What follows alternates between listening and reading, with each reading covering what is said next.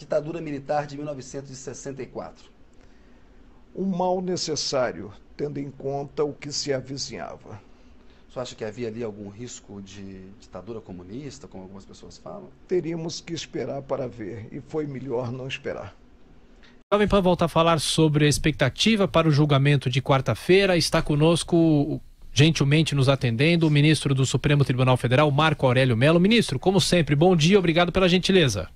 Bom dia, uma satisfação enorme poder esclarecer aos ouvintes da Jovem Pan. Ô ministro, é um julgamento comum ou um julgamento especial por se tratar de um ex-presidente da República? Olha, julgamento especial cabe em regime de exceção e não num Estado democrático de direito. É um julgamento comum e processo não tem capa. Processo tem, acima de tudo, conteúdo. E aquele que personifica o Estado como juiz deve levar em conta apenas e tão somente o conteúdo. Como eu tive a oportunidade de dizer há pouco, a lei vale para todos, indistintamente. Isso é muito bom em termos de tratamento igualitário. Ministro Marco Aurélio, bom dia. Marco Antônio Villa, ministro. Ô Marco Antônio Villa, satisfação sempre ouvi-lo e eu acompanhando, viu? Obrigado, ministro. É sempre um prazer conversar com o senhor. Justamente sobre isso que o senhor disse, que a lei vale para todos. Segundo notícia também publicada nos jornais agora no final de semana, o senhor teria solicitado ao seu colega Dias Toffoli devolver ao plenário o processo sobre prerrogativa de foro especial. Porque, caso contrário, continuasse ele sem fazer essa devolução, o senhor ia enviar à primeira instância inquéritos de parlamentares que não devem permanecer na corte. O senhor, por favor, poderia explicar para o nosso ouvinte qual é a importância da questão do foro especial de resolver essa questão? Um pedido de vista sempre trunca o julgamento. Quando o relator pronunciou o voto, houve o pedido de vista do ministro Alexandre de Moraes. Qual foi a minha postura imediata? Eu que votaria como um dos últimos do plenário. Eu pedi a palavra e antecipei o voto. Sim. O ministro Alexandre devolveu o processo, prosseguiu-se na votação e houve esse novo pedido de vista. E motivado por algo que não justifica. Simplesmente aguardar o Congresso Nacional, no que vem discutindo uma emenda versando o tema. Isso não é móvel para pedido de vista, não justifica pedido de vista.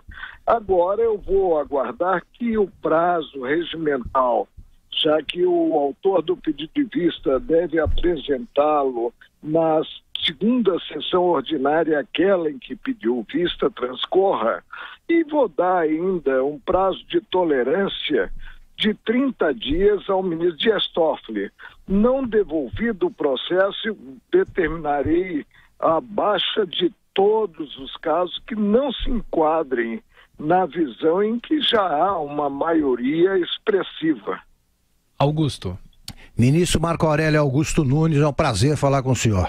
Augusto Nunes, a última vez, rapaz, tivemos uma carnificina lá no seu programa. Mas o senhor, como sempre, saiu muito bem. Não, e ali não estava o Marco Aurélio, filho de nordestinos. Senão eu teria voado no pescoço, se é que ele tem pescoço, do agressor. Ministro, a linguagem desabrida, para dizer o mínimo, utilizada por Lula quando se refere, e outros líderes do PT, quando se referem ao juiz Sérgio Moro, por exemplo, e a desembargadores, ou mesmo ministros do Supremo, não configura pelo menos o desacato à autoridade? Não é nenhum crime, pode ser usada? Em primeiro lugar, é o direito de espernear. Só revela inconformismo, né? E às vezes o inconformismo não decorre da prática de uma injustiça, não é uma reação a uma injustiça. Em segundo lugar, também revela os tempos estranhos vivenciados, em que não há respeito pelas autoridades, não há respeito pelas instituições. E a fase cultural, ou melhor dizendo, a cultura, que essas pessoas nutrem, que não é a cultura que nós desejamos para o Brasil. Ministro Marco Aurélio, eu tomo a liberdade de fazer uma pergunta para o senhor, porque as pessoas sempre falam, e é um motivo de constante, que aparece no noticiário, uma coisa que me incomoda muito, é quando eu vejo notícias de que um advogado poderoso de Brasília X, ou advogado Y, ou escritório W, vende seu serviço, ou aparece no noticiário, ao menos, e não é desmentido, que esse advogado, esse escritório hipotético, tem relações privilegiadas com as Cortes Superiores de Brasília. Dá um entendimento de que teria algum tipo de favorecimento ao seu cliente se buscar aquele advogado e aquele escritório. O que o senhor acha disso? Não, eu não vejo isso em outros países. Por que isso é recorrente, ao menos no noticiário da imprensa? Vila, mais uma coisa que implica distorção. Sim. O cliente que está na província, eu me refiro província como estado, está longe de Brasília, imagina que contratando este ou aquele advogado, principalmente quando se trata de um filho de integrante de tribunal, terá vitória na causa. Isso é um ledo engano, ou pelo menos deveria ser um grande engano, né? Porque o juiz só pode atuar a partir das balizas do processo, né? E aí, isso é muito ruim, como eu disse, em termos de fortalecimento das instituições. A maledicência, ela passa a prevalecer, né? Não acredito que um advogado possa vender, né, essa mercadoria a um cliente, porque eu tenho certeza absoluta. Não vou falar sobre os demais, muito embora possa presumir o que normalmente ocorre, que é um procedimento retilíneo, de que, em relação à minha pessoa, ele jamais entregará ao constituinte uma mercadoria dessas. Ou seja, vou atuar, pouco importando se contraria ou não este ou aquele advogado, este ou aquele cliente, de acordo com a minha ciência e convencimento, nada mais. A magistratura, vamos lembrar os colegas desse imenso Brasil, colegas juízes, é uma opção de vida. E aquele que ocupa uma cadeira de magistrado, substituindo a vontade das partes e o fazendo de forma coercitiva em nome do Estado, deve se encontrar ungido. Se quer proceder a relações públicas, o lugar não é uma vara, o lugar não é um tribunal. E esse tem que ser o enfoque. Ministro, se o ex-presidente Lula for condenado em segunda instância por 3-0 e os recursos que ele apresentar forem em segunda instância forem recusados, o senhor acha que ele deve começar a cumprir a pena já? Não, aí, Augusto Nunes, nós temos um enfoque que não se coaduna com a Constituição Federal, no que ela encerra o princípio da não culpabilidade. Ou seja, alguém só é considerado culpado quando já haja um título condenatório precluso na via do recurso, quando não caiba mais recurso contra a decisão. Agora, o que nós temos em relação ao cidadão condenado em segunda instância é a inelegibilidade. Aí sim, não se trata de prender, de executar pena, mas de considerar um fato concreto, ou seja, a condenação em segunda instância, e ter-se que essa pessoa não pode participar de uma eleição. Mas o entendimento do Supremo não é diferente, ministro? Vamos lançar um desafio, Augusto Nunes, e nós não gostamos de tédio. Vamos ver se aplicará ou não ao ex-presidente Lula, se ele vier a ser realmente condenado também em segunda instância, a jurisprudência do Supremo. Isso. Que revela que, havendo o pronunciamento em segunda instância, é possível executar-se provisoriamente a pena, muito embora reformada a decisão condenatória, não se devolva àquele que esteve no Chilindró, esteve preso, né? Não se devolva à liberdade, o retorno ao estado anterior, né? Mas não acredito que em relação ao ex-presidente presidente Lula, se aplique essa jurisprudência. E se não se aplica, aí há algo errado, porque, vou repetir, a lei vale para todos. Isso eu quero perguntar ao senhor, mas a lei não vale para todos? Vale para todos. Eu creio que aí eles terão que implementar. Eles que vêm implementando em relação a tantos outros, por que não farão em relação ao ex-presidente Lula? Ele é uma pessoa que merece um tratamento diferente? A meu ver, não. Ele merece o tratamento que eu próprio, você, merecemos. Sim. Ministro Marco Aurélio Mello, olha, mais uma vez, muito obrigado pela gentileza do senhor e que nesse ano o senhor fale mais com a Jovem Pan, tá bom? Não, falarei sim. Eu mergulhei a partir de maio de 2016, porque estava sendo muito mal compreendido, estava havendo distorções e meus familiares passaram a pagar pelas minhas palavras, né? Eu, inclusive, cheguei ao ponto de ser considerado petista, imagina só, né? E agora eu estou voltando pouco a pouco ao que eu sempre fui, um homem público que deve, acima de tudo, guardar transparência e revelar o que sente, o que pensa aos seus concidadãos. E o senhor é sempre bem-vindo, os microfones estão sempre abertos. Muito obrigado. Muito obrigado. Um abraço a todos vocês pelo grande trabalho que fazem. Ditadura militar de 1964. Um mal necessário, tendo em conta o que se avizinhava. Você acha que havia ali algum risco de ditadura comunista, como algumas pessoas falam? Teríamos que esperar para ver, e foi melhor não esperar. Bom, para falar mais sobre a decisão de ontem do julgamento do ex-presidente Lula, está conosco o ministro do Supremo Tribunal Federal, Marco Aurélio Mello. Ministro, bom dia, obrigado mais uma vez pela atenção do senhor. Bom dia, uma satisfação enorme falar com os ouvintes da Jovem Pan.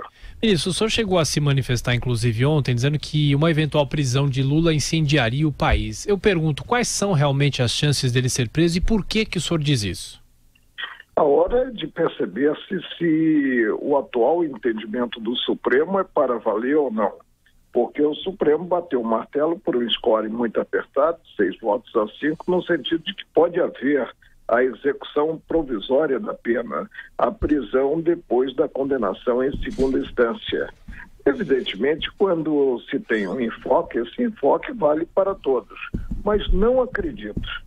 Daí a fraqueza, a fragilidade dessa jurisprudência, que no caso se implemente a prisão quanto ao ex-presidente Lula. E digo mais como brasileiro, como cidadão responsável, que não interessa à sociedade como um grande todo essa prisão, que para mim continua sendo uma prisão precoce, assodada, temporária. Professor Vila. Ministro Marco Aurélio, bom dia, Marco Antônio Vila. Ô, Marco Antônio Vila, que satisfação, ainda estou aqui nas férias no Rio de Janeiro. E ontem fui lá à Ilha do Urubu para ver Flamengo e Bangu. Imagina, hein? É a fraqueza do homem. Bons tempos quando o senhor ia ao Maracanã e não à Ilha do Urubu, né? Sim, ia na minha arquibancada, que eu morei inclusive ali muito próximo na Professor Gabiso. A época ia à noite, inclusive a pé. E Sim. Não havia o risco do Rio de Janeiro que há hoje. Poxa vida, bons tempos, tristes momentos que a gente viu. Mas, ministro, deixa eu perguntar uma questão para o senhor. Diga-me, Marco Antônio. Olha, o senhor falou, o Lula, o caput do artigo 5º da Constituição diz que todos os brasileiros são iguais perante a lei. Lula é um brasileiro. A interpretação atual é que, em caso de condenação em segunda instância, como o senhor bem disse, há uma execução provisória da pena. Por que não aplicar o Lula, ministro Marco Aurélio? Pois é, aí é que está. Né? Aqueles que entendem que é possível essa prisão é que devem responder a essa pergunta. E, no caso, a ausência de prisão apenas implica que é muito frágil esse enfoque. Ou seja, um enfoque que, sob o meu ponto de vista, coloca em segundo plano o princípio da não culpabilidade, que é uma garantia constitucional. Lula, eu estou de acordo, é um cidadão hoje comum, muito embora ex-presidente da República. Se realmente o enfoque da maioria escassa reflete o que está na Constituição, não se pode distinguir pela capa do processo. O senhor acompanhou o ministro Marco Aurélio ontem o julgamento? Se o senhor não. Olha, eu assisto a tantos julgamentos durante o ano inteiro, né? E eu vim para Brasília, inclusive minha mulher, que é desembargadora, retornou a Brasília, né, para trabalhar, evidentemente, porque ela não tem férias coletivas, né, para me desligar, porque se estivesse lá em Brasília, eu estaria trabalhando na sucursal do Supremo, que é a minha residência, fazendo os processos, porque eu sou um juiz antigo, eu levo o processo para casa. A maioria hoje não leva. A maioria, inclusive, aciona simplesmente a sessão virtual, né? Sim. E liquida. Não sei o prejuízo para a jurisdição, para os cidadãos em geral. Perfeito. Mas, ministro Marco Aurélio, mesmo assim, o senhor ficou impressionado pelo placar de 3-0, pela condenação de Lula e ampliando, inclusive, a pena para 12 meses? 12 anos. 12 anos, desculpe. 12 anos e 1 mês de prisão, além do aumento da multa pecuniária? Olha, eu não conheço as entranhas em si do processo, né? Agora, só posso pressupor que os colegas do Regional Federal atuaram, evidentemente, a partir de elementos contidos no processo. E aí entenderam que a culpabilidade, eu concordo com isso, né, do ex-presidente Lula, e o exemplo vem de cima, deve vir pelo menos de cima, né, seria uma culpabilidade exacerbada. Por isso majoraram a pena que teria sido fixada pelo juiz Sérgio Moro, como majoraram também penas de inúmeros outros réus. Tanto que há poucos dias um jornal de grande circulação aqui no Rio de Janeiro apontou que as majorações lá nessa turma chegaram a 283 anos e as diminuições alcançaram apenas 70 anos. Ministro Marco Aurélio, eu fico feliz de saber que o senhor é a favor da reforma dessa decisão do Supremo Tribunal. Aliás, no dia em que saiu essa decisão, eu falei aqui expressamente que essa decisão é a vergonha do Supremo Tribunal Federal. Mas eu gostaria aqui de ouvir do senhor o seguinte: essa posição que o senhor toma nos estritos termos do artigo 5º, inciso 57 da Constituição, é uma defesa da liberdade de todos os cidadãos brasileiros. Eu gostaria de ouvir da sua boca uma explanação a respeito, para fugir desse negócio de que a coisa é a favor ou contra Lula. Não é. É um princípio. Eu gostaria de ouvi-lo, ministro. Olha, vem da Constituição Federal um princípio que é muito caro em qualquer Estado democrático de direito, que é o princípio do tratamento igualitário. A lei, como eu sempre digo, vale para todos. E fora da lei, já dizia Rui Barbosa, não há salvação. Nós só avançamos culturalmente observando a ordem jurídica. Quando nós fechamos a Constituição Federal ou desprezamos o que está previsto em uma certa lei, nós retroagimos, nós não progredimos nesse avanço. Agora, o tema ainda está em aberto no Supremo. Eu sou o relator de 2 declaratórias de constitucionalidade que eu já liberei para a pauta, e elas dependem, quanto ao pregão dos processos, apenas de definição da presidente, ministra Carmen Lúcia. E continuo convencido que, no caso, a Constituição é muito clara. Está em bom português, em bom vernáculo, né? Que ninguém será considerado culpado se não após não caber mais recurso contra a decisão condenatória. E não se pode cogitar aqui para nós de execução provisória no campo penal, já que a execução provisória pressupõe, reformada a decisão judicial que ensejou, o retorno ao estágio anterior. E ninguém devolve a liberdade perdida pelo cidadão. Agora, se é para valer realmente o enfoque da ilustrada, sempre ilustrada maioria, que se prenda ao presidente Lula. Quero ver se isso vai ocorrer. E digo mais, não estou aqui querendo, no caso, potencializar o contexto. Se prenderem precocemente o presidente Lula, como eu entendo, não sei o que poderá haver neste país em termos de paz social. Para fechar, professor Vila. Ministro, eu acho que não vai acontecer nada, o senhor vai ver, viu? Tomara, mas não vai acontecer. Agora, deixa eu perguntar uma questão para o senhor. O senhor foi ministro do TSE, presidiu o TSE, me lembro, inclusive, de um célebre discurso que o senhor fez quando assumiu a presidência do TSE, mas nós temos uma situação que é esdrúxula, não sei se o senhor concorda. Pela legislação brasileira existente, alguém pode ser candidato preso, um prefeito, por exemplo. Isso ocorre na esfera muitas das prefeituras, né? O sujeito é candidato e está preso, faz a campanha preso e é eleito preso e chega a despachar da cadeia, né? É uma situação assim meio absurda. Então vamos pegar essa situação, jogar para a presidência da República, aí é muito mais grave. Pelo calendário aprovado pelo TSE, o dia 15 de agosto é o último dia para os partidos registrarem os seus candidatos. Vamos dizer que o PT resolva fazer a inscrição do Lula no dia 15, no último dia. Claro que, na atual situação, a interpretação, presumo, é que ele seja inelegível. Aí o PT vai entrar com recurso. Porém, no dia 16, no dia posterior, 16 de agosto, começa a propaganda eleitoral, inclusive na rádio e TV. Então nós poderemos ter uma situação que alguém que entrou com recurso, está fazendo campanha na rádio e na televisão, pode continuar esgotando os recursos até chegar um momento que está na urna eletrônica e ser um dos postulantes à presidência mesmo, estando, vamos dizer assim, não sei se a expressão é correta, ministro Santos, subjúdice e tal. Por que não resolver essa questão da legislação impedindo situações anômalas como essa, ministro Marco Aurélio?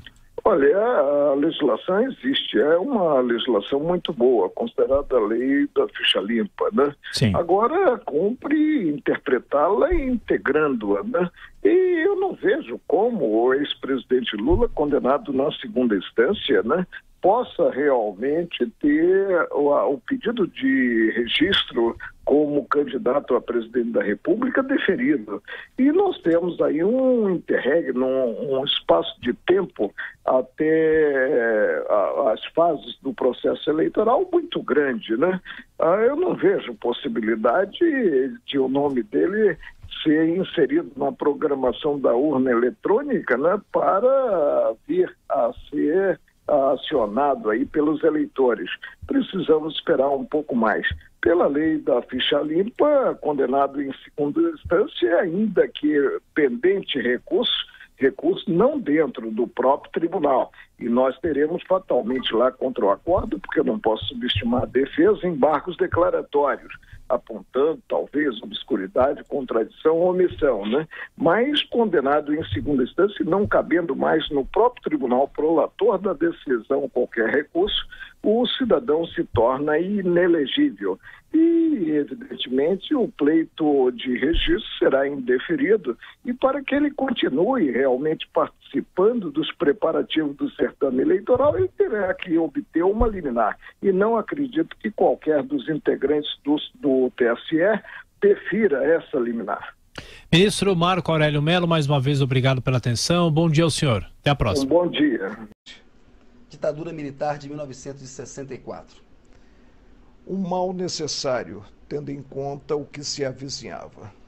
Você acha que havia ali algum risco de ditadura comunista, como algumas pessoas falam? Teríamos que esperar para ver, e foi melhor não esperar. Mas isso vai ser provavelmente objeto de embargos de declaração, por exemplo. Então, a vida processual é essa, mas Wellington, eu não quero mais falar de direito. Eu vou esquecer que eu estudei direito, que eu fiz mestrado, 2 mestrados, doutorado. Vou esquecer. Direito não vale mais nada no Brasil. Isso que a gente está falando é tudo retórico. É isso que as pessoas têm que entender. O meu título do artigo que eu acabei de publicar no nosso Duplo Expresso é Lavada Imunda dos 3-0. A esquerda brasileira emenda Marx, ou seja, corrige o Marx, e lança o cretinismo judiciário. O Marx, famosamente, quando ele escreveu sobre o golpe do 18 de maio na França, falou de um comportamento que ele batizou de cretinismo parlamentar. O que é o cretinismo parlamentar? Eram aqueles políticos, lideranças da esquerda, que entravam na disputa política institucional, aquela da democracia liberal burguesa, no século XIX, e se acostumavam, e passavam a acreditar mais ou menos naquele sistema, pegavam o hábito, viravam viravam do métier. Então, já viravam políticos institucionais, políticos profissionais. E reduziam a luta, não a revolução, como defendia o Marx, mas a luta parlamentar, de oposição. Então, aquela luta que a gente viu muito no impeachment. Então, entra com recurso tal, faz questão de ordem, não sei o que, aquela luta regimental. Então, eles ficavam achando que a luta política era a luta regimental no parlamento, em vez de ser a mobilização nas ruas das bases. Então, esse o Marx, na época dele, o que existia, que ele definiu, era o cretinismo parlamentar. No Brasil, a gente, né, emendou o Marx como brasileiro muito original, muito criativo, criou o cretinismo judiciário. E eu ilustrei, espero que não se ofenda em demasia, em alguma medida espero que se ofenda sim. Coloquei foto daquela conferência em Londres, na maior civilidade do nosso ex-ministro da Justiça, até pouco tempo depois, advogado-geral da União, defensor da Dilma no STF, José Eduardo Martins Cardoso, e ao lado dele o Sérgio Moro. Os dois, um olhando para o outro na fala, porque acreditam, as instituições estão funcionando normalmente, os recursos, porque data vênia, espaço de cordialidade, republicanismo. É uma palhaçada, não existe mais nada disso no Brasil, pelo amor de Deus. Nessa altura do campeonato, depois de tomar o 3-0 de hoje, isso que eu te falava, Wellington, algumas pessoas, militantes do PT, de formação jurídica, advogados engajados com a democracia, me ligaram, né, eles acompanharam minha transmissão, eu todo o tempo falando, desde manhã, falando, vai ser 3-0, porque a Globo... Por que eu sabia? Por que eu tinha tanta certeza? Eu não tenho bola de cristal, eu tenho uma intuição boa. É raro eu errar. Mas, nesse caso específico, foi porque uma fonte me disse há 2 semanas o seguinte, eu falei, publiquei artigo e a gente discutiu isso no ar, Wellington, no programa. Falou, os irmãos Marinho pegaram muito dinheiro, investiram no mercado financeiro, estão comprados, ou seja, apostando que vai ter alta da bolsa, queda do dólar, queda da expectativa de juros futuros.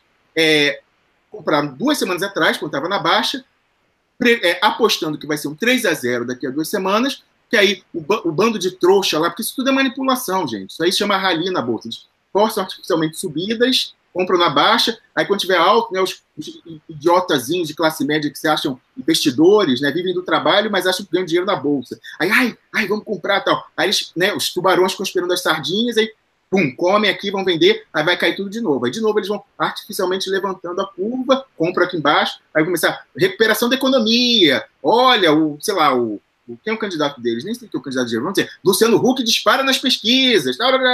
Só usando essas notícias favoráveis à direita para ir subindo artificialmente. Tudo mentira, eles sabem. Aí, quando eles querem realizar lucro, ou voltar a comprar na baixa, aí vai sair uma pesquisa assim, Lula dispara, não sei o quê. E vai sair uma notícia plantada no PIG falando assim, partido da imprensa golpista, falando, recurso garantirá que Lula será candidato. Aí bolsa desaba, aí volta para o zero, aí eles compram, aí começa de novo. Não, o recurso era mentira. Agora, pronunciamento do Fux diz que não vai aceitar o recurso. Aí vai subindo. Então, essa é a manipulação. O pessoal está ganhando dinheiro em cima dos otários, dos trouxas lá, de classe média que se acham grandes investidores, grandes especuladores da bolsa, né? Burros, porque ganham dinheiro do trabalho, da atividade econômica. Então, estão favorecendo uma agenda que faz eles perderem os empregos, mas, além disso, a Globo, né, os Marinho, estão ganhando dinheiro em cima deles na bolsa também, usando essa manipulação dos índices. Então, como eu tinha essa informação de que os Marinho, que não estão bem de dinheiro, a Globo está com receita, né, no vermelho, então eles não podem, nesse momento, ficar queimando dinheiro à toa. Então, eles fizeram um movimento importante. Falei, eles só fariam isso, ainda mais eles, gente. Os Marinhos estão acostumados a operar com informação privilegiada. Eles influenciam as decisões, então por isso que eles apostam, ele fala com quem toma a decisão. Ele controla o parlamento, controla o executivo, então ele sabe, vai votar a reforma da Previdência, vai rejeitar, vai aprovar, a Bolsa vai subir, vai rejeitar, a Bolsa vai cair. Então, eles sabem disso, com antecedência vão se movimentando, eles são acostumados a isso. Eles são conchavados com poder há décadas e vivem desses favores. Então, quando os Marinhos fizeram esse movimento de investir pesadamente, apostando num 3-0, eu falei, haverá um 3-0. Então, essa era a minha certeza. Evidentemente, poderia ter se alterado, eu achava muito difícil. Quem ali, daqueles covardes, daqueles 3 lá, teria culhão para dizer João Roberto Marinho, irmãos, vocês perderam 2 bilhões, perderam 1 bilhão hoje. É ruim, hein? É ruim, eles têm pavor da Globo. Imagina se eles iam fazer a Globo perder dinheiro. Além da coisa política, isso você entender. Tem a questão da luta política de longo prazo, que é o Lula poder concorrer ou não, mas tinha a questão do dia, que era a Globo ganhar, encher as burras de dinheiro. E encheu um 3-0. Eles não iam desafiar Então, isso era muito claro, tinha muito claro para mim, e fui vendo os sinais ao longo do julgamento, comentando, mas isso ficou claro. Então, assim, não, eu falava do pessoal do PT que me ligou, e militantes do Guardião, falou assim, não, a gente esperava, né, com a repercussão internacional, que ao menos eles iam botar um voto, ou que fosse menos descarado. Gente, não tem mais pruridos, não existe mais escrúpulos, não tem mais vergonha na cara. Vai ser isso direto, vai ser isso no STJ, vai ser isso no TSE, vai ser isso no STF. Para de achar que alguém ainda tem vergonha na cara. Esse pessoal, além de não ter vergonha na cara, é todo refém, porque eles têm podres. O ministro Fachin está sentado há 1 ano nas denúncias de corrupção que o Odebrecht fez de membros do judiciário. Eles sabem que se eles não tocarem a música conforme as ordens que eles recebem, eles vão ser implodidos 1 a 1. Eles são reféns, não é escolha ideológica, pode até ser. Podem ser antipetistas, podem odiar nordestino, odiar negro, odiar gay, achar que o bom é Bolsonaro, pode ser. Não acredito. Ali são 2 coisas. Tem a questão da afinidade político-ideológica com o PSDB, com o mercado, que eles são concursados, então tem essa coisa do instamento à parte da sociedade. Tem essa coisa patrimonial, mas tem um objetivo imediato que é a autopreservação, a proteção a si mesmos. Eles são ameaçados por essas pessoas que tomaram eles de refém e tem que cumprir as ordens. E aí, Wellington, a gente chega num ponto fundamental, quero passar a palavra para você para ouvir, que a gente já vem discutindo isso há 2 dias, discutimos ontem, no programa de ontem, no programa de hoje, escrevi um artigo sobre isso, peço que todo mundo vá ler esse artigo, Roosevelt vai a Porto Alegre, e fala que está nas mãos do povo brasileiro garantir que Lula poderá ser candidato. É isso. Roosevelt vai a Porto Alegre. Está nas mãos do povo brasileiro fazer valer o direito de votar em Lula. O que eu falei nesse artigo? Que os analistas brasileiros aí, que você está ouvindo, tanto no PIG como na esquerda também, e as lideranças políticas do campo popular e nacionalista, eles pecam, assim, um pecado quase literalmente mortal, como eu botei no artigo, porque vai acabar morrendo até, que é não situar a disputa local, entre aspas, porque não é local, no tabuleiro geoestratégico, geopolítico global. As ordens vêm de fora. O golpe foi dado pelo petróleo e pré-sal. Os motivos, eu não vou me alongar nisso, porque eu já falei muito disso no programa, e está bem detalhado nesse artigo, mas o golpe não fecha. Tudo que foi feito, um investimento enorme, não fecha se o Lula puder entrar agora e dar meia volta, um cavalo de pau, num transatlântico. O Brasil estava indo no sentido, um transatlântico, um navio enorme, estava indo no sentido, eles deram um golpe, viraram, 45 graus, eles ainda não viraram completamente, então estava aqui, viraram 45 graus, aí agora fala, se voltar o Lula, vai voltar para onde estava. Eles não podem permitir isso de maneira nenhuma. Então, evidentemente, eles vão impedir, e a ordem vem de fora. E é isso que eles não entendem, a conta não fecha, as pessoas ficam pensando assim, não, porque se a gente fizer pensando na dimensão local, as pressões que eles podem fazer localmente, essas autoridades, mas eles são reféns. A inteligência americana sabe o podre de toda essa gente. Leiam um artigo também em que a gente fala da conexão entre o Sérgio Moro e o maior doleiro do Brasil, o Dario Messer. Isso é importante. Então, o Sérgio Moro é o refém número 1 dos Estados Unidos. Não é só afinidade ideológica. Pode até ter, mas não é isso o principal. O principal é que eles sabem o que o Sérgio Moro aprontou no Banestado, ou melhor, o que ele não fez no Banestado, e se houve contrapartida em relação a isso ou não. Então, eles sabem disso, ele é um refém, ele pode ser implodido por essas pessoas, e ele tem que cumprir as ordens. Isso vai subindo cada degrau do judiciário. Esses membros do TRF4, que julgaram hoje o Lula e condenaram por unanimidade, eles, há alguns meses, diminuíram a pena do Eduardo Cunha, Wellington. O Eduardo Cunha, que também sabe os podres do Sérgio Moro, e sabe os podres deles, porque essa turma foi a mesma que julgou Banestado, então eles são reféns totais, gente. Vocês entendam isso. O Sérgio Moro e essa turma do TRF4, e o TRF4 em geral, são os que atuaram no Banestado, o maior caso de corrupção da história brasileira, da história mundial. Esse sim, não a Lava Jato, o Banestado. Então, essa gente, eles são reféns, eles têm muito esqueleto no armário. Acabaram de diminuir, segundo a Folha de São Paulo, o único julgamento nos últimos 12 meses que foi mais rápido que o do Lula foi a diminuição da pena do Eduardo Cunha. O Eduardo Cunha, eu vi matérias antigas do final de 2016, falando que o Eduardo Cunha ia sair agora no fim do ano. Ele não está preso, a gente já falou aqui. Ele não está preso. Sair, que ele quer dizer, é poder aparecer em público. Ele está clandestino, está escondido, não pode ir com a madame viajar, no restaurante Antiquários, no Rio de Janeiro, nos restaurantes bacanas, não pode ir no shopping com ela lá nas grifes. entendeu? Não pode passear, comprar coisa. Então, a madame deve estar enchendo o saco dele. Imagina. Ela que lá com cartão de crédito, a gente sabe tudo que ela comprava, ela está presa em casa, sem poder viajar, sem poder comprar, contas bloqueadas. Ela está infernizando ele. Então ele falou, eu não aguento mais, eu tenho que sair para poder passear com ela para fazer compra. Então era isso que ele queria, ele não está preso, mas ele queria poder sair agora e fazer. E já estava tudo acertado para ele sair no fim do ano. Por isso que a pena foi diminuída nesse TRF4. Então, eles são uns reféns do outro. O Cunha é refém deles, porque eles têm que diminuir a pena e soltar ele, soltar entre aspas, deixar ele aparecer. E, por outro lado, eles são reféns do Cunha, porque fizeram essa negociação. O Cunha sabe o poder deles no Banestado. O Cunha sabe o esquema lá que o Zucoloto denunciou, porque ele contratou a empresa Kroll na CPI da Petrobras, quando ele ainda era presidente da Câmara, para investigar. Então, ele sabe, o Cunha sabe todos os podres da República e inclui, evidentemente, o Ministério Público e o Judiciário. E não é só o Cunha. O Dario Messer, esse doleiro, sabe também. Na Odebrecht se falava, Marcelo Odebrecht falava, que quem poderia implodir o Sérgio Moro no estalar de dedos era o doleiro Dario Messer, por causa do Banestado. Então, essas pessoas... e evidentemente, o Dario Messer, como colabora com a inteligência americana, os americanos têm o dossiê. Não precisaram nem hackear dessa vez. Eles têm o dossiê do Banestado, da Kroll, tudo isso eles sabem. Então, eles também têm essas pessoas no bolso, esses desembargadores do TRF4, e o juiz Sérgio Moro. Aquilo foi uma farsa, mas não tem, assim... Obviamente que a gente fica com raiva vendo essas pessoas, mas, assim, tenham pena até, desprezo. Eu acho desprezo. São pessoas desprezíveis, reféns, corruptas, muitos ali são corruptos, estão reféns da Globo, estão reféns, mais do que da Globo, dos esqueletos que tem no armário, isso era um poder corrupto. Está lá as denúncias de que o ministro Fachin está sentado há 1 ano. Poucas só, uma meia dúzia que o Odebrecht mandou para dizer, olha o que eu tenho aqui, hein? Se aprontar comigo, eu solto tudo. Então, essas poucas denúncias estão lá há 1 ano e não investigam. Então, eles são reféns no plano interno da Rede Globo, mas mais do que isso, no plano internacional, das ordens que vêm de fora, que determinaram que o pré-sal brasileiro vai substituir a dependência que os Estados Unidos têm hoje do Oriente Médio, que é uma região problemática. Então, é isso que os analistas brasileiros têm que aceitar. Não parem com o cretinismo judiciário. O cretinismo parlamentar foi o processo do impeachment. Deu no que deu, né? Não vai ter golpe, não vai... Não, porque a gente vai usar a melhor argumentação, uma peça maravilhosa, as testemunhas. Não existe direito e não existe vergonha na cara.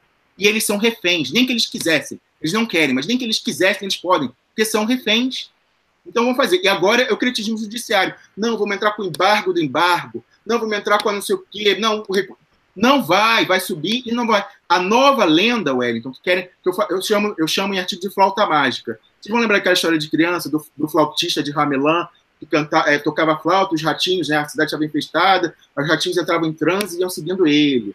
E aí ele ia, jogava os ratinhos todos no rio e tirava o problema da cidade. Sabe que a história é real, assim, mais ou menos. Eu vi uma cidade na Alemanha e disse que é uma lenda medieval, mas em cima de um evento que realmente desapareceram as crianças, não foram ratos, desapareceram as crianças da cidade e até hoje não foi explicado o que aconteceu.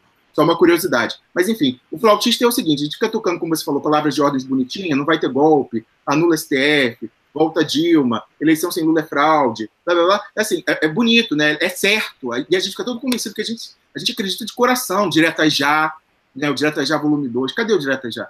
A gente acredita e a gente, né, sabe assim, puxa, mas eu tô certo. Mas o certo não interessa. O certo não interessa para o resultado final. Interessa, obviamente, do ponto de vista histórico, está do lado certo da história, lutar, fazer a sua parte, mesmo não vencendo no final, fazer a luta avançar, embora não chegue a vitória. Tudo isso é importante. Mas para o dia de hoje, para 2018, não interessa que o nosso lado está certo. Não há vergonha na cara, não há limite legal, não há limite político, e mais do que isso, eles são todos reféns.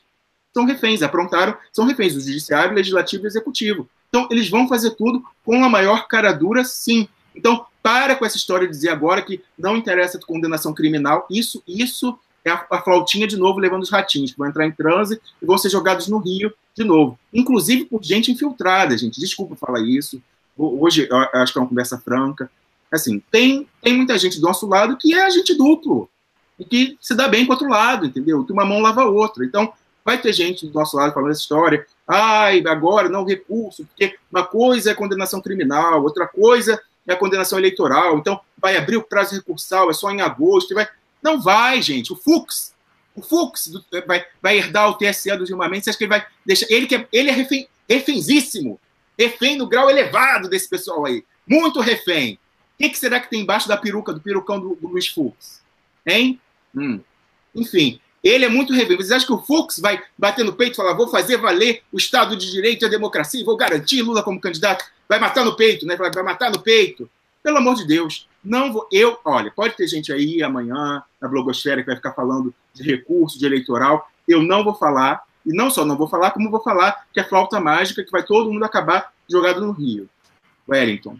Então, Rômulus, obrigado por hoje. Obrigado a você que acompanhou esse live. Então, antes de encerrar, eu só queria falar uma coisa. Eu acho, primeiro eu queria parabenizar a defesa do Lula. Ela fez o possível, fez o que era correto.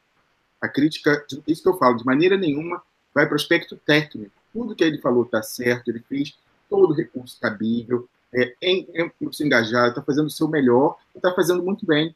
A questão é que isso não interessa. Então, a parte da defesa técnica a gente vai deixar para o doutor Zanin, mas eu estou me dirigindo, a minha crítica vai às lideranças políticas.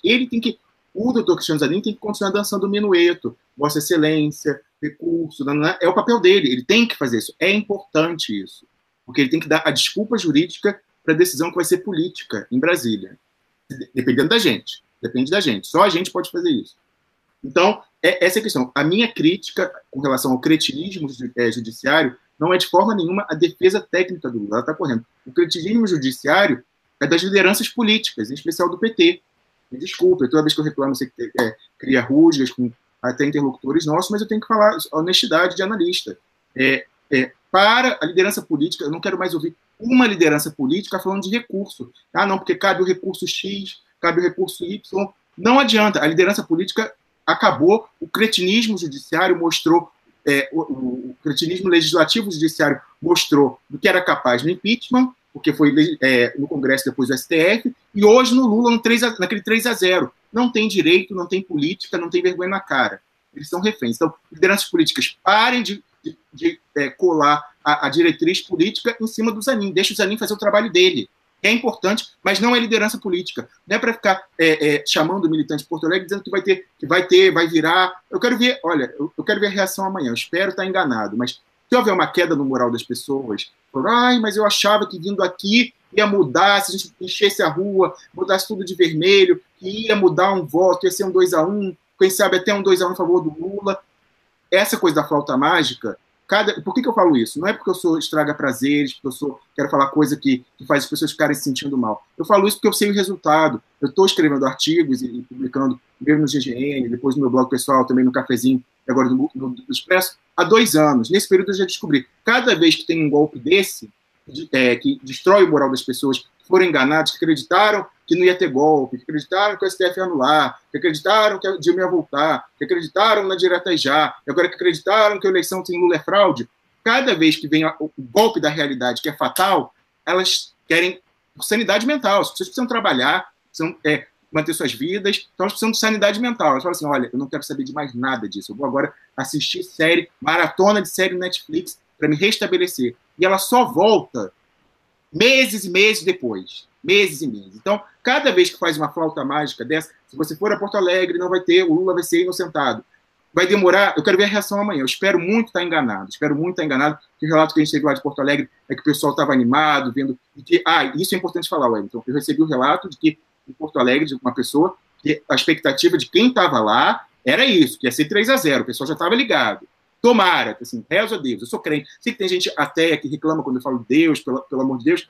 Além de ser expressão cultural, eu tenho fé, você tem que respeitar também. Então, rogo a Deus que realmente as pessoas estejam lá,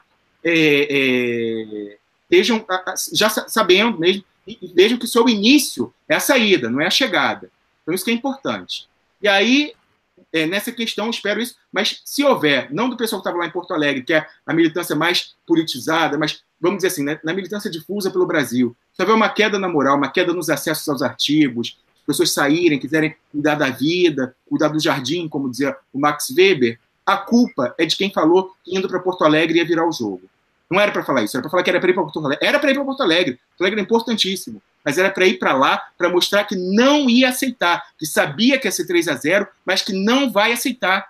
Era isso que era importante de a rua. Eles passaram recibo, tiveram que cercar, botar 1 quilômetro, sniper, né? Como se chama isso?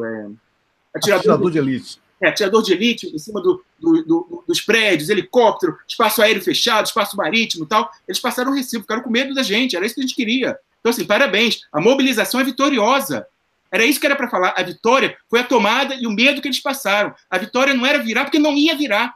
Então, esse é o meu recado para os lideranças do PT. Vamos fazer uma autocrítica, porque é drama, acabou. Não temos mais direito a errar nem tática, nem estratégia, muito menos estratégia, nem tática. Então, isso acabou. Erramos muito, todos erramos coletivamente. Não vou dizer quem errou mais que o outro, mas agora acabou. Ninguém mais tem direito a errar, Wellington. Por isso eu encerro.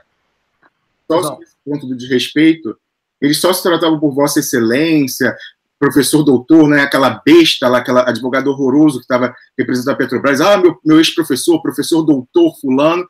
Na hora do Lula, o Gebran falava Luiz Inácio. Não, porque o Luiz Inácio tem mais doutorado do que todos eles juntos em 3 encarnações, de honoris causa das melhores universidades do mundo. Vocês são nada. Essas universidades vagabundas que vocês fazem, Sérgio Moro conseguiu fazer mestrado e doutorado em 2 anos, é um recorde mundial. Fazer, né? Conseguiu fazer. Isso, o Lula é respeitado no mundo, vocês são a poeira. Tários e etc. Tá? Então, eu já está quase na hora de a gente chamar o embaixador, eu convidei de chamar ele às 6h20. Eu só queria comentar uma coisa que você falou, que acordou, né, motivado, ainda mais motivado, que a gente já tinha realizado prejuízo. Eu vou confessar, eu acordei hoje antes do despertador, muito antes. Fui dormir tarde pra caramba, que eram, sei lá, 1h30 da manhã, era 1h30 da manhã, e acordei hoje 5h30. Antes, eu normalmente acordo às 6, acordei 5h30. E eu falei, cara, por que isso? Porque eu não estou deprimido. É o contrário, eles querem que a gente fique deprimido como viúva em velório. Eles querem vender Luiz Inácio Lula da Silva morreu politicamente. Inclusive, me informaram que naquele site antagonista, nas próximas rodadas de pesquisa eleitoral, eles já vão tirar o Lula, que é para normalizar na cabeça das pessoas, para elas ficarem em luto, falando, ai, meu Deus, ai, não tem mais o Lula. Não interessa. A gente vai fazer as pesquisas aí do Vox Populi para mostrar a verdadeira intenção de voto, mas eles vão fazer isso, Datafolha e Ibope vão fazer isso, para normalizar. Eu acordei, por que eu acordei antes? Porque eu estou quase o contrário de deprimido, eu estou maníaco, eu estou mais animado, porque eu não digo feliz, mas assim, estou com mais motivação, porque ontem morreu, além de morrer o judiciário, morreu a ala do PT do cretinismo judiciário. Aquela que ficava, ai, mas vai ter apelação, ai, mas vai fazer o recurso, ai, mas vai... Morreram junto, foi junto pro velório, entendeu? Então, assim, finalmente eu espero que as lideranças do PT nos ouçam, então, tudo que a gente fala aqui. Você, como colocou muito bem, as instituições no Brasil, elas estão funcionando, normalmente. Elas estão funcionando como elas funcionam há 500 anos. Em breves episódios da história, elas foram atípicas e funcionaram de outra maneira, entendeu? Quando entrou Lula, quando entrou Getúlio Vargas, quando entrou Jango, entendeu? Mas o Estado ele foi criado para isso. Ela está funcionando normalmente. Esse é o normal dela. E eles querem normalizar cada vez mais. E normalizar agora o Lula fora da eleição. Então, eu estou mais motivado porque eu acho que finalmente as pessoas vão nos ouvir, Wellington. Então, rest in peace, descanse em paz, ala do PT, do cretinismo judiciário. Pois é, Rômulo, muito importante você reforçar com essa formulação aí que você fez, que é esse o debate de hoje. É esse o debate de hoje. A defesa de Dr. Zanin foi perfeita para uma justiça séria. Mas quando você tem bandidos na justiça, canalhas na justiça, com aquele blá, blá, blá, e que querem dar... Antes era carteirada, agora eles querem dar togada. Eles criaram agora a togada, ameaçando aquele procuradorzinho que falou, citou até... Dostoiévski. Pô, o cara não sabe nem quem é. Ele pegou lá no Google uma frasezinha naquele site fake, o Pensador, que é cheio de anônimo lá, que pensa, não é? E aí eles agora botou isso aqui, o povo sabe lá quem é. E aí ele pegou um pensamento, esqueceu de mencionar, por exemplo, que ele ficou preso na Sibéria. Entendeu? Ele era socialista, Wellington. Ele foi preso na Sibéria porque era um militante socialista. Na juventude. Ele foi torturado e ele passou por uma experiência que marcou um trauma, que marcou ele para sempre. Fizeram uma simulação da execução dele. Falou, você está condenado à morte. Vendaram os olhos, esquadrão de fuzilamento, aí, preparar, atirar, pum, aí na hora era bala de festim. E você imagina isso na cabeça de uma pessoa. Ele era jovem. Esse trauma marcou ele. esse imbecil desse procurador nunca leu um livro do Dostoiévski. Quase todo o livro do Dostoiévski tem uma grande dedicação, uma grande atenção ao drama da pobreza, sempre, sempre. Inclusive, o livro que ele citou, do Crime e Castigo, do Raskolnikov, o início do livro mostra, o Raskolnikov ele mata uma usurária, uma velhinha que emprestou dinheiro para ele empenhou um bem, foi lá encontrar ela para dizer que ia empenhar um bem, porque ele estava devendo, mas era um disfarce. Ele foi lá porque ele já tinha dívida e assassinou a velhinha. Mas ele estava, no início do livro, ele descreve as dificuldades financeiras do Raskolnikov, a pobreza, então todo o livro é ligado a isso. A pessoa que ele conhece, quem oferece a redenção a ele, que é o interesse romântico que ele tem no final, é uma pessoa pobre também. Então, o Dostoiévski é um autor que nem Victor Hugo, é social. Victor Hugo, como Émile Zola, eles escrevem sobre isso. Era aquele movimento do século XIX de grande sensibilidade social. E esse imbecil foi julgar o maior líder popular que o Brasil produziu, e quando eu digo popular, é com relação à vida, o único que veio de baixo, não tem outro, o único que veio efetivamente que é trabalhador, e ele usa Dostoiévski, que é um autor socialista. Dostoiévski, meu filho, é lulista, de carteirinha, com a camisa com 13 nas costas. É muita burrice, e como eu falo, pedantismo, porque pedantismo não é erudição, as pessoas confundem. Pedantismo é a falsa erudição, que a pessoa acha que vai tirar onda e manda mal, porque entrega que não sabe nada, que não leu livro nenhum. Apesar dessa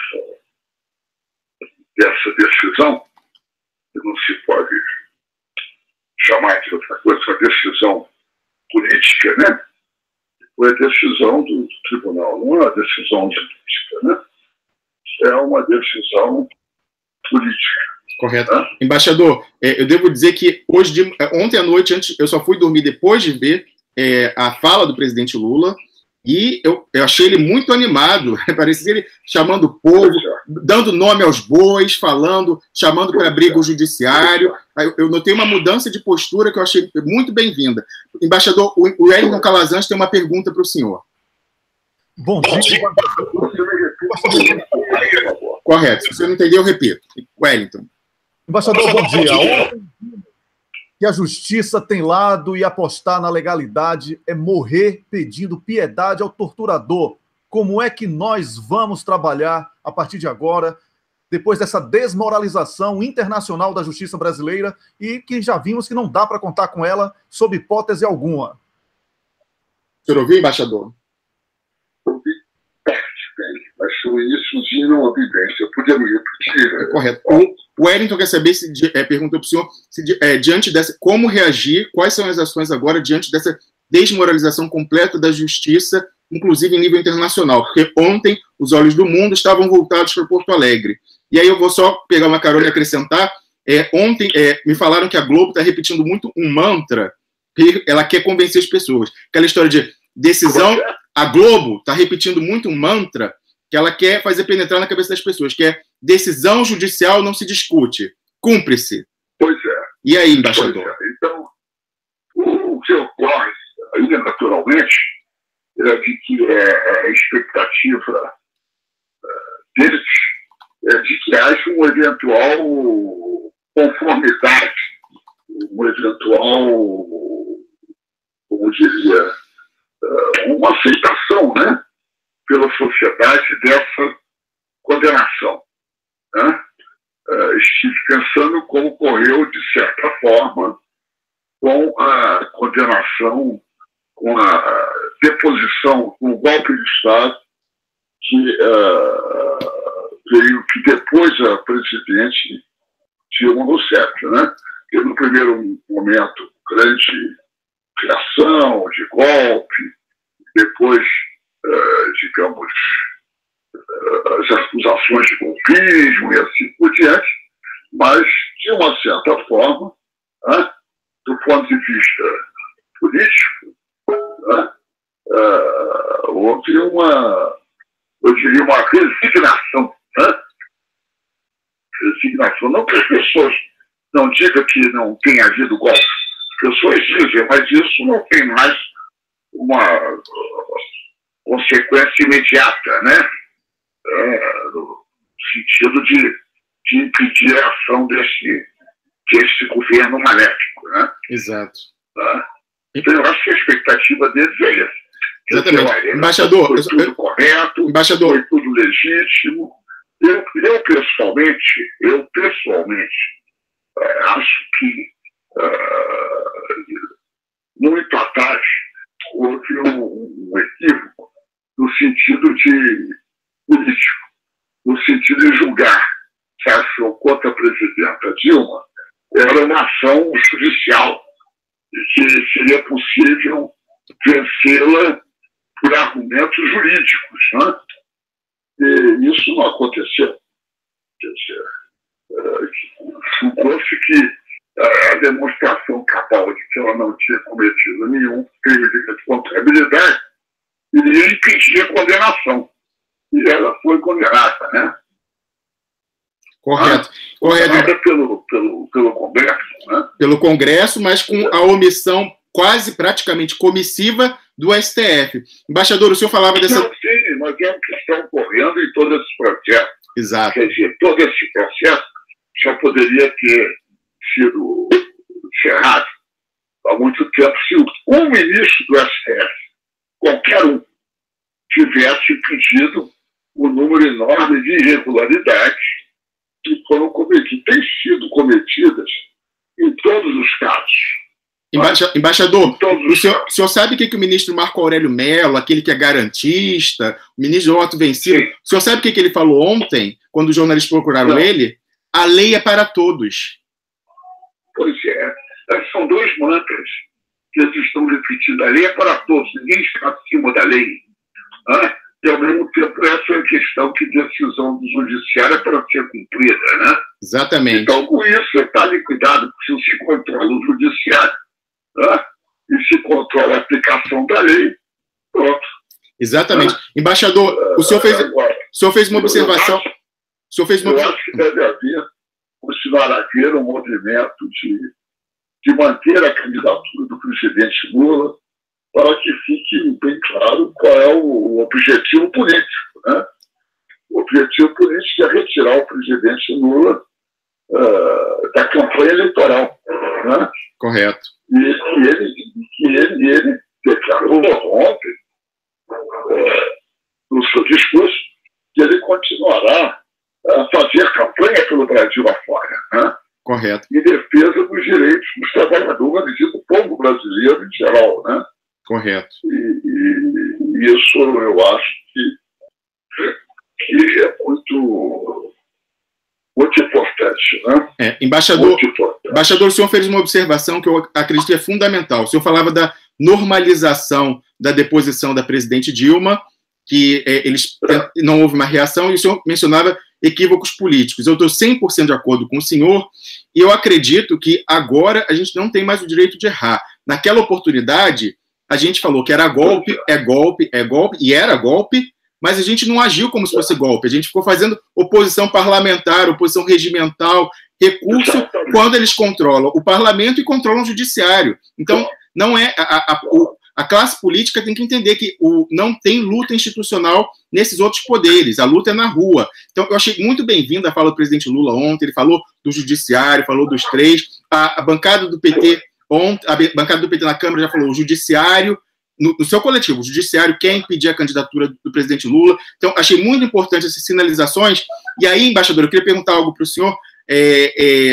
Lógico, o senhor, um destacado diplomata de carreira, uma dimensão internacional. O presidente Lula ontem falou dessa elite que a gente tem colonizada, que achava ruim ele ir para a África, que achava ruim ele fazer o Mercosul. Eu só senti uma ausência, embaixador, que é a dele situar, é verdade, essa elite é entreguista, mas ele não citou ontem os chefes da elite entreguista, o pessoal que quer a entrega, o pessoal de fora que ajudou a articulação. Eu acredito que politicamente talvez ele tema o rótulo de teorista da conspiração, esse tipo de coisa, mas aí é a minha opinião, eu queria saber a opinião do senhor, embaixador. Eu acredito que é a hora o povo brasileiro é maduro o suficiente para falar que a gente está sob uma invasão estrangeira na forma de guerra híbrida. Eu acho que é o momento de colocar isso na mesa também. O que o senhor acha, embaixador? A primeira questão sobre a teoria da conspiração. Quem acha que existe uma teoria da conspiração é porque não quer acreditar que a conspiração conspiração existe, né? A conspiração faz parte da política externa dos Estados Unidos, desde que a CIA foi criada no governo Truman, e mesmo antes disso. Né? Quer dizer, todo o esforço de desestabilização de governos, de partidos que se opõem à política imperial norte-americana. Né? Então, isso existe. Basta ver os enormes recursos orçamentários de que dispõe a CIA e as outras agências americanas, como a NSA, as agências todas de investigação, a agência de combate a drogas, que na realidade são agências de subversão, tá? De subversão da situação política nos estados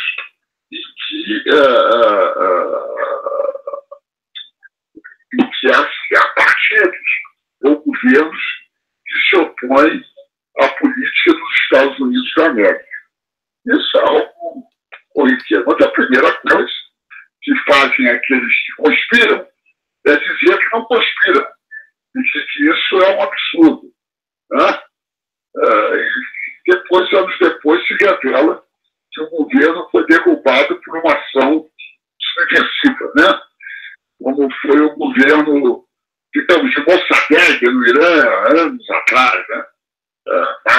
Mas isso se sabe depois de 50 anos, depois de 30 anos, revelam-se os documentos. Só que aquilo que queriam fazer já fizeram, né? Já foi feito, né? Então é preciso denunciar essa ação, que é o que se está, digamos, procurando um pouco fazer, né? Correto. Embaixador...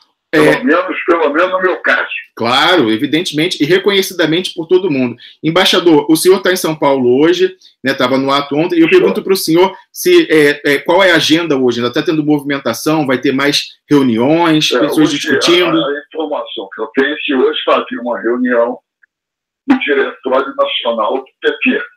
Né? E que nessa informação que eu tenho de ontem, de conversas lá com a presidenta Gleice, né? E assim por diante, que eu já veria que hoje seria reafirmada a candidatura do presidente Lula, né? Não havia nenhuma ideia de substituir a candidatura dele, que eu acho que é uma decisão correta, né? Manter a candidatura do presidente Lula, né? E também organizar uma ação, continuar a organizar a ação internacional de apoio. Né? Eu acho que isso deve ser feito de forma sistemática.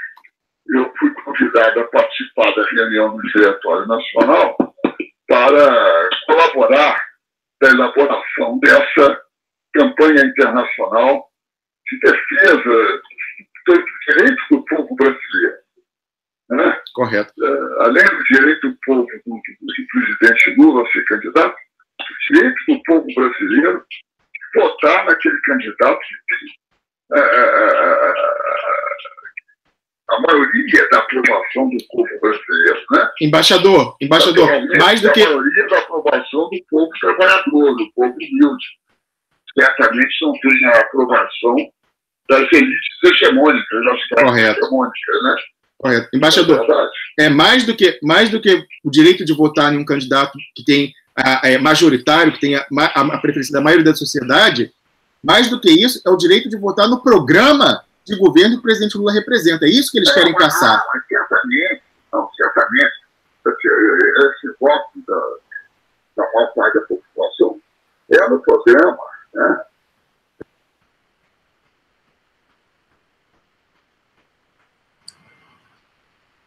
Rômulo, algum problema? São adversários, né? Se não for o presidente Lula ao frente da campanha, eles teriam chance de ganhar as eleições e de derrotar o programa. Correto. Interessa a eles, além de derrotar o presidente Lula, é derrotar com a visão do Brasil.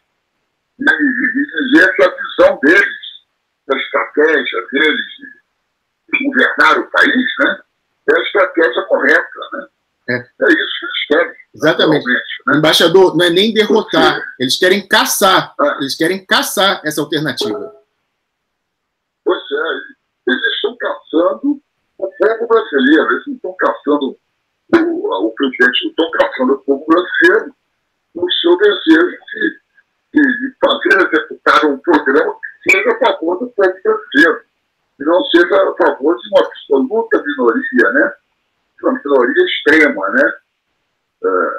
De milionários, daquilo que chamamos de mercado, né? E de agentes do imperialismo, né? Porque esse mercado ele é aliado, até composto em grande medida hoje em dia, por empresas multinacionais. Porque eles também aproveitaram para destruir as empresas nacionais, né? De modo que nós estamos diante dessa situação que corresponde, na minha opinião, a uma verdadeira invasão, uma invasão do Brasil sem armas. Né? Se eu tivesse havido uma guerra, o Brasil tivesse sido vencido e ocupado por uma potência estrangeira, eu estaria fazendo um programa econômico, social e político de acordo com seus interesses. É o que eles estão fazendo sem que tenha havido qualquer luta, né? Exato. Eles estão como o regime que existia na França durante a Segunda Guerra Mundial, né? A analogia é perfeita, embaixador. Que era o governo aliado dos nazistas, né? Exatamente. É verdade. Eu acho que é uma analogia perfeita. É o governo de vestir colaboracionista da ocupação alemã. Pois é, nós estamos ocupados na prática. Porque tudo que os estrangeiros desejaram sempre, por exemplo, que não existe a Petrobras, eles estão destruindo a Petrobras, né? Se o Brasil não pudesse explorar, do ponto de vista industrial, as suas reservas de petróleo e de gás. E a pessoa impedia através das leilões do pré-sal, né? Assim por diante, todos os setores, né? Todos, né? Que não haja legislação trabalhista, que não haja legislação previdenciária pública, que o Estado desapareça. Então, que eles gostariam de que ocorresse. Que o Estado simplesmente desaparecesse, não houvesse Estado em lugar nenhum. Então, nós temos situações mais escabrosas, né? Mais escabrosas na área do meio ambiente, para aqueles que dão importância ao meio ambiente, do desmatamento, né? Porque não há controle nenhum. Não há nem controle, nem capacidade do Estado de fiscalizar a ação da empresa privada, que hoje é a empresa privada estrangeira. Né? Correto. E pronto, nós estamos ocupados. Correto. Nós não sabemos e estamos ocupados. E nós estamos, portanto, numa luta da resistência. Né? Correto. Da resistência a essa ocupação estrangeira. Correto. Né? Embaixador, eu acho que é importante essa sua palavra agora de manhã, o senhor que estava ontem lá no ato, dando essa linha mestra para a ação a partir daqui. Eu queria agradecer, desejar um bom dia para o senhor e que as suas reuniões aí... Muito obrigado. E agora eu acho que é muito importante que continuemos na luta. Eu queria dizer também que essa luta é uma luta histórica, que tem mais de 500 anos, né? Mas que desde que o Brasil foi descoberto, né? É verdade. Correto. É uma luta, né? Teve várias etapas e tivemos a partir de 1930, com o governo de Getúlio Vargas, né? A Revolução de 30, que foi iniciado o processo de construção do Brasil moderno. Exato. É lá que se constrói a legislação trabalhista, o sistema de previdência social, os organismos de fiscalização. Onde faz isso? Hoje estão criadas as diferentes estatais, o seu segundo governo, né? E é por isso que ele é assassinado, né? A carta do testamento dele tem uma qualidade enorme. Eu acredito que vai ser uma luta que prosseguirá mesmo.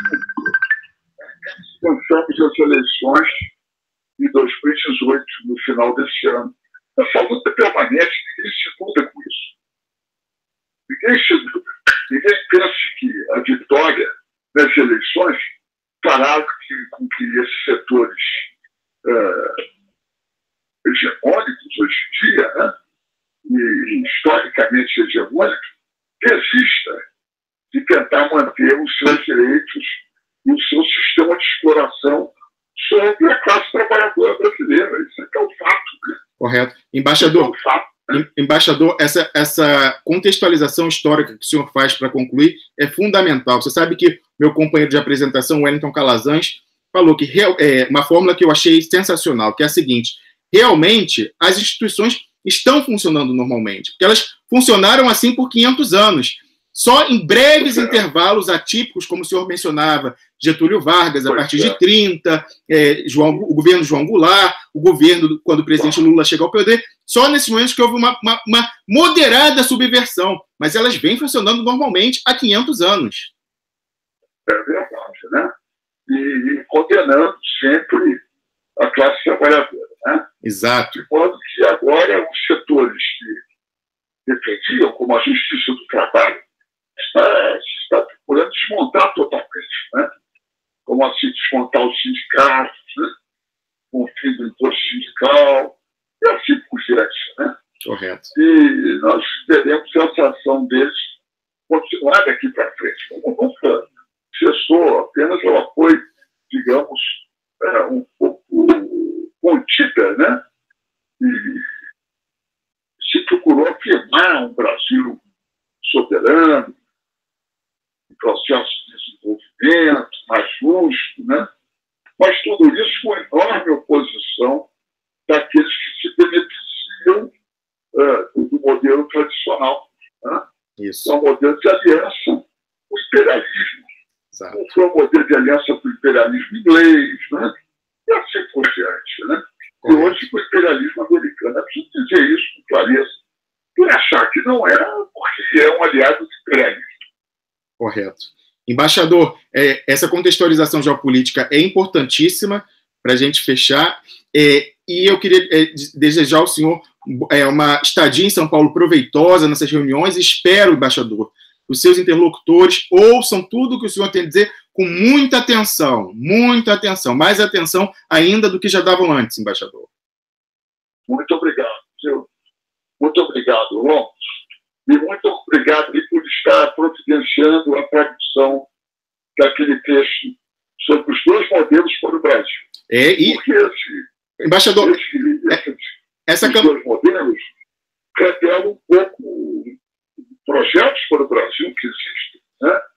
Correto. A tradução está sendo providenciada desse, mas eu queria registrar, o senhor falava, né, que se engajou desde o início na divulgação internacional da defesa de Lula e da democracia, e essa campanha é um sucesso, porque nós tivemos o pronunciamento aí dos deputados norte-americanos democratas, nós tivemos o pronunciamento de Jean-Luc Mélenchon, líder da oposição francesa, todos os líderes da América Latina, os sindicatos, todos os sindicatos do mundo receberam da Confederação Internacional dos Sindicatos Trabalhadores uma mensagem, um documento, um site que eles lançaram em defesa de Lula. Então, na perspectiva internacional, é um sucesso, a gente ganhou. Até artigo no New York Times, lá na página de opinião, saiu. Então, aliás, é um artigo muito importante, porque ele é muito claro sobre o que está acontecendo no Brasil do ponto de vista do judiciário. Ali, o artigo, se eu me lembro bem, não fala dos interesses internacionais. Né? Se eu não estou enganado, né? Isso. Os interesses das grandes empresas multinacionais e mudar a legislação econômica brasileira e reduzir a capacidade do Estado de intervir a favor do desenvolvimento. Ele se revela, ele procura localizar sobre a questão jurídica, né? Da existência de uma enorme conspiração do judiciário, né? Correto. Mas isso foi muito útil, foi muito importante. É muito útil, certo? Muito importante, né? Correto. Ele descreve um aspecto importantíssimo dessa conspiração, né? Correto. Muito importante. Então, embaixador, renovo meus votos para que a sua estadia em São Paulo seja o mais proveitosa possível e que as lideranças políticas ouçam o que o senhor tem a dizer sobre geopolítica, sobre história, com atenção ainda maior do que já tinham, embaixador. Muito obrigado, muito obrigado. E muito obrigado a vocês pela sua ação aí no exterior, que é de enorme importância e continuará a ser cada vez mais para que mantenhamos, né, mantenhamos viva a ação contra esse regime, né? Regime golpista, um regime reacionário do ponto de vista social, um regime submisso do ponto de vista internacional, né? E um regime opressor dos direitos das classes trabalhadoras do Brasil. Certamente. Embaixador, não tenho que agradecer, porque isso a gente não faz mais porque é a obrigação que deveria ser de cada brasileiro. Eu sou brasileiro, o Wellington é brasileiro, estamos fora do Brasil, mas é uma obrigação. Muitos não cumprem. Mas essa é a obrigação de cada brasileiro que está nos ouvindo agora, embaixador. É verdade, é verdade. Nesse momento, o que eu posso falar aqui para as pessoas e o que eu vi ontem, o presidente Lula ele falou uma coisa muito interessante, que a nossa democracia sempre foi anêmica, né? E ele cansou de ver pessoas pedindo desculpas, do PT pedir desculpas, da esquerda fazer meia-culpa, que isso não existe. Ninguém tem que pedir desculpa por ser o que é, por pensar o que pensa. Então, arregaçar as mangas. Infelizmente, a gente sabe que a lei não é para todos. Lei para todos é filme do Moro, gente. E a gente sabe quem é o Moro, né? Eu não ouvi a sentença, a leitura do Gibran, mas pelo que me falaram, ele perdeu 2/3 do tempo dele elogiando o Moro, elogiando a Lava Jato. E para quem está atento e para quem sabe o que foi a Lava Jato nesse país, que foi a venda de riquezas nossas, que foi a entrega da nossa soberania,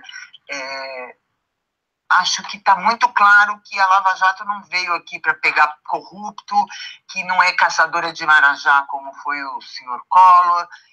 Não existe isso, não existe salvador da pátria, não existe nem Lula, na verdade. Existimos nós todos. Nós é que fazemos, é que sustentamos esse sistema que está aí. Enquanto a gente baixar a cabeça para isso, eu não estou convocando as pessoas a sair atirando em vidraça e quebrando lixeiras. O que eu estou convocando as pessoas o que eles esperam da gente agora é a derrota, que a gente esteja derrotado. E aí fica a pergunta, a gente aceita isso? Não, nós não vamos quem aceitar. Quem está propondo são eles. Já posso responder agora, porque é o seguinte, agora não é mais uma questão de um partido, de uma pessoa. Líder, ele nasce da necessidade. Existe aí uma demanda gigantesca por justiça, pessoas sedentas por justiça, pessoas que viram de uma forma muito clara ontem que o blá, blá, blá do judiciário é para pegar o povo e o pobre e o preto e justificar com palavras bonitinhas o massacre contra o trabalhador, o massacre contra o pobre, o massacre contra a soberania nacional. Então existe essa demanda. Quem quiser liderar isso e conquistar de uma forma linda a derrubada do golpe, aí é muito bem-vindo. Eu não vou ficar mais aqui exaltando A, B ou C, até porque você me conhece, Niobe, e o Rômulo também, e o público. Eu não sou de idolatrar ninguém.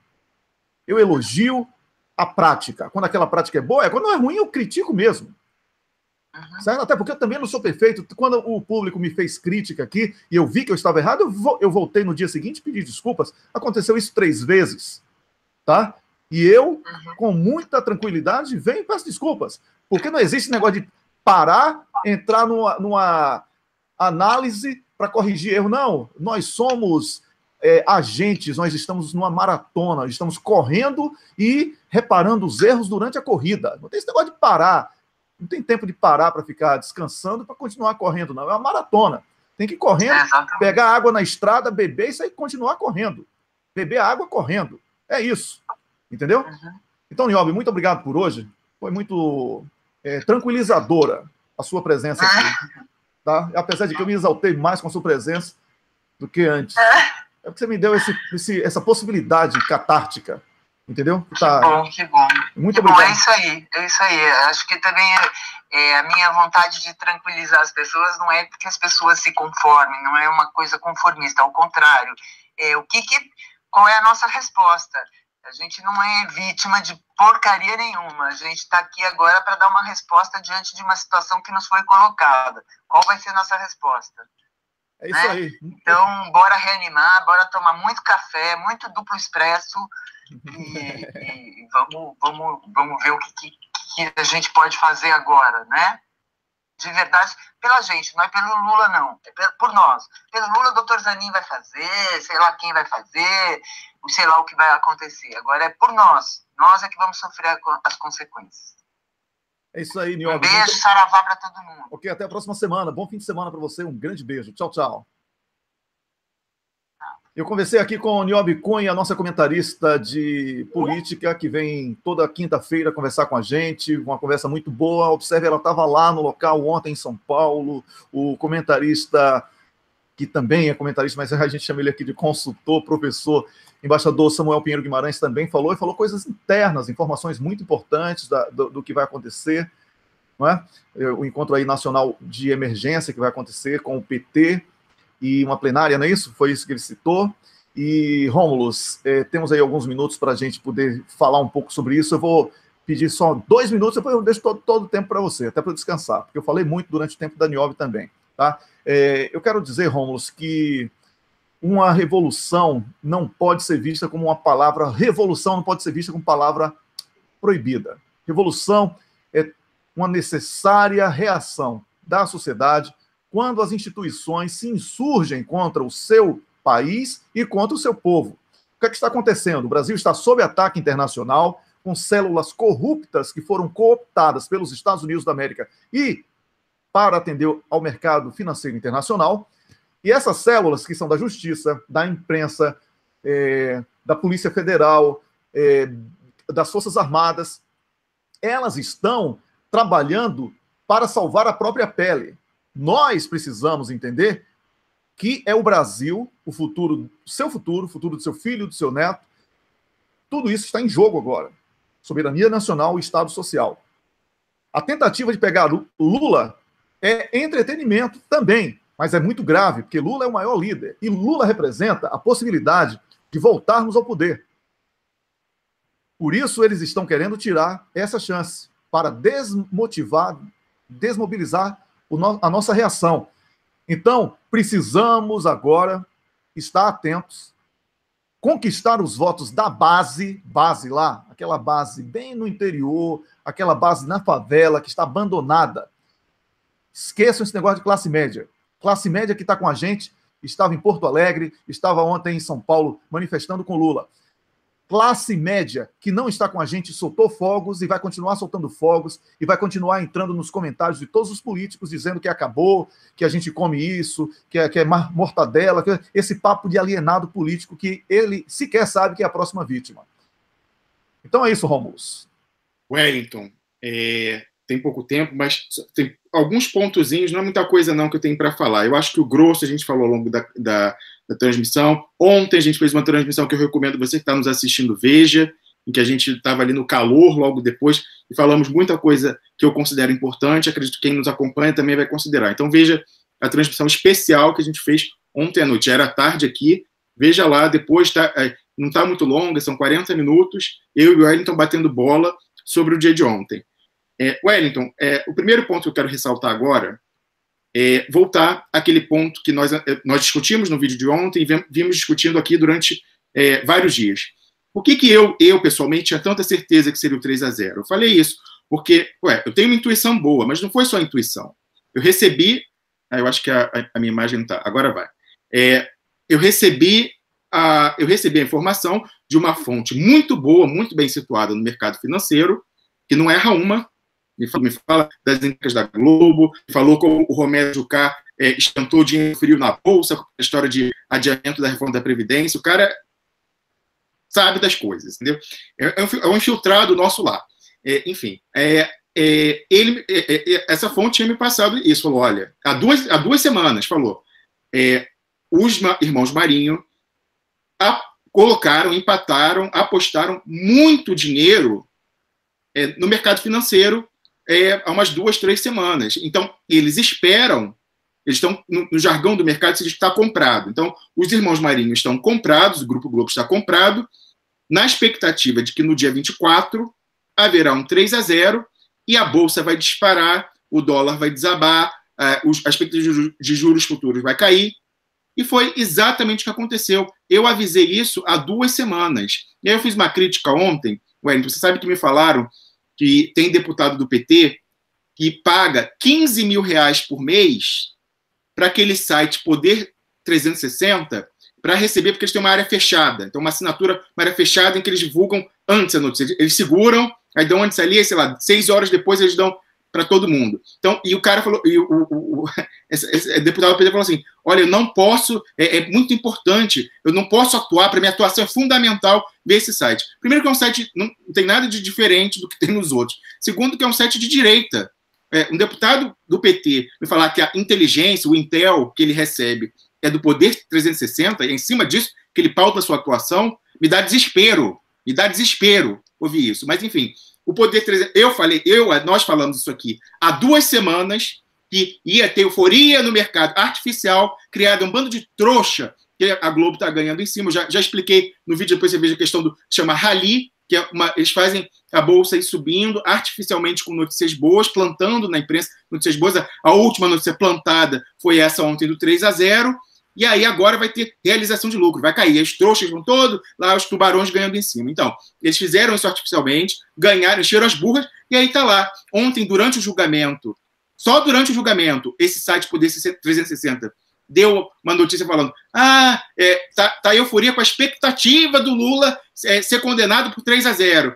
Aí agora, depois eles fecharam a publicação, eu vejo aqui no site deles, Ibovespa dispara e atinge recorde histórico após condenação de Lula. Índice encerrou com 83.680 pontos. Dólar despencou 2,47, cotado a 3,15. Então, sabe quem está rindo? A Globo, mercado financeiro, eles fizeram isso. E os trouxas estão ganhando dinheiro em cima das pessoas, com informação privilegiada. Eles já sabiam disso. A Bandeirantes confirmou ontem, eles soltaram antes da hora. Isso é crime o que eles fizeram, é crime. Isso é crime. Eles sabiam disso há 2 semanas e se posicionaram para ganhar. Se houvesse lei no Brasil, seria a CVM, Comissão de Valores Imobiliários, investigar e prender todo mundo. Isso é claríssimo. Olhar quem comprou, quem vem se posicionando nos últimos dias, comprado em valor excessivo, porque já sabia que ia ser um 3-0. Isso é facílimo de ver. Facílimo, tem registro das operações. Só que não vai ser feito. Assim como não foi feito, a Globo também ganhou dinheiro da JBS, o Grampo, eles fizeram a mesma coisa. Informação privilegiada, investiram na véspera, venderam, sabiam que o dólar ia disparar, então compraram dólar antes. Tudo isso é feito e ninguém faz nada porque a CVM está tomada pelo golpe. A CVM está tomada pelo golpe, então não vai acontecer nada. Mas o que eu quero dizer é isso, meu alerta. Como pode lideranças do PT dizerem que eles dependem desse site que atende aos interesses da direita para sua atuação? Essa é o Intel. Como que eu traduzo em português? A inteligência, é o subsídio de informações na qual eles baseiam a sua ação. Um site de direita que está vinculado à direita. É brincadeira. Ele paga R$15 mil por mês da verba de gabinete parlamentar para acessar esse site. Eu fico desesperado, Wellington. Então, essa é a primeira questão. Segundo, Michel Temer está aqui do meu lado, está em Davos, na Suíça, no Fórum Econômico Mundial. E aí me sugeriram lá, porque você não vai lá fazer um piquete na porta? Gente, não tem nem como chegar perto. É uma estação de esqui e vira um bunker, porque ali está a elite da elite da elite mundial. Não é só chefe de Estado, é Bill Gates, é Zuckerberg, é o capital e os empregados dele, que são os políticos. Então, assim, não há como chegar perto. Assim, já é uma montanha e cercada por exército, aeronáutica, tudo. Não há como chegar a quilômetros de distância dele. Não tem como fazer piquete contra o Temer lá. Mas, enfim, em Davos, ele falou: Brasil não tem espaço para recuar das reformas. E sabe o que ele falou também, Wellington? Justiça age com total isenção. Ele, o da mala, né, o que falou que tinha que manter isso aí, lá da mesada do Eduardo Cunha, no dia da condenação do presidente Lula, falou que a justiça brasileira age com total isenção. Então, isso é uma piada. E aí, sobre esse ponto, Wellington, eu quero dizer, ele está em Davos, e a outra questão é que Lula dominou a internet mundial. Isso estou vendo lá no site Poder 360. Mas não, aí diz, mas estudo diz que não atraiu novos aliados, porque os comentários, dizem eles, né, eu quero ver isso aqui depois, falam que os posts negativos superaram os positivos. Eles têm grana, e aí pagam um robô e tal. Peraí, Wellington, tem 3 minutos ainda, segura esse cocô aí.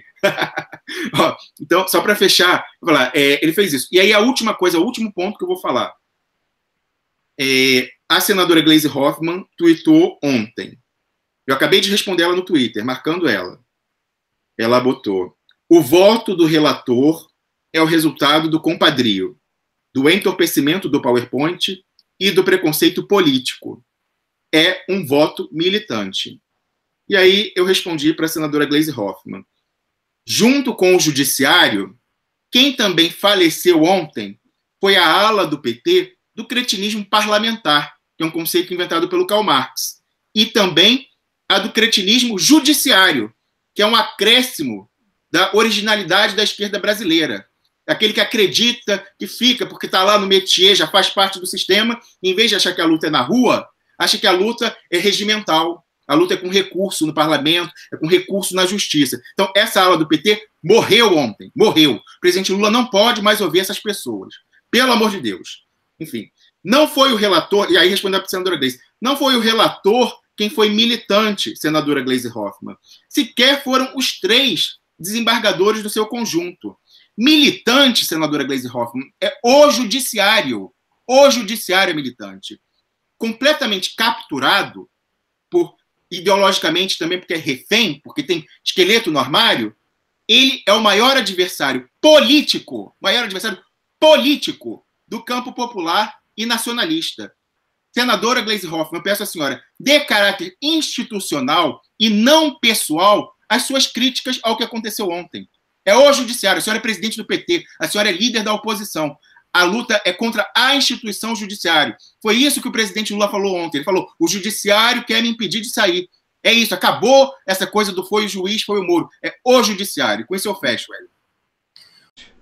Ditadura militar de 1964.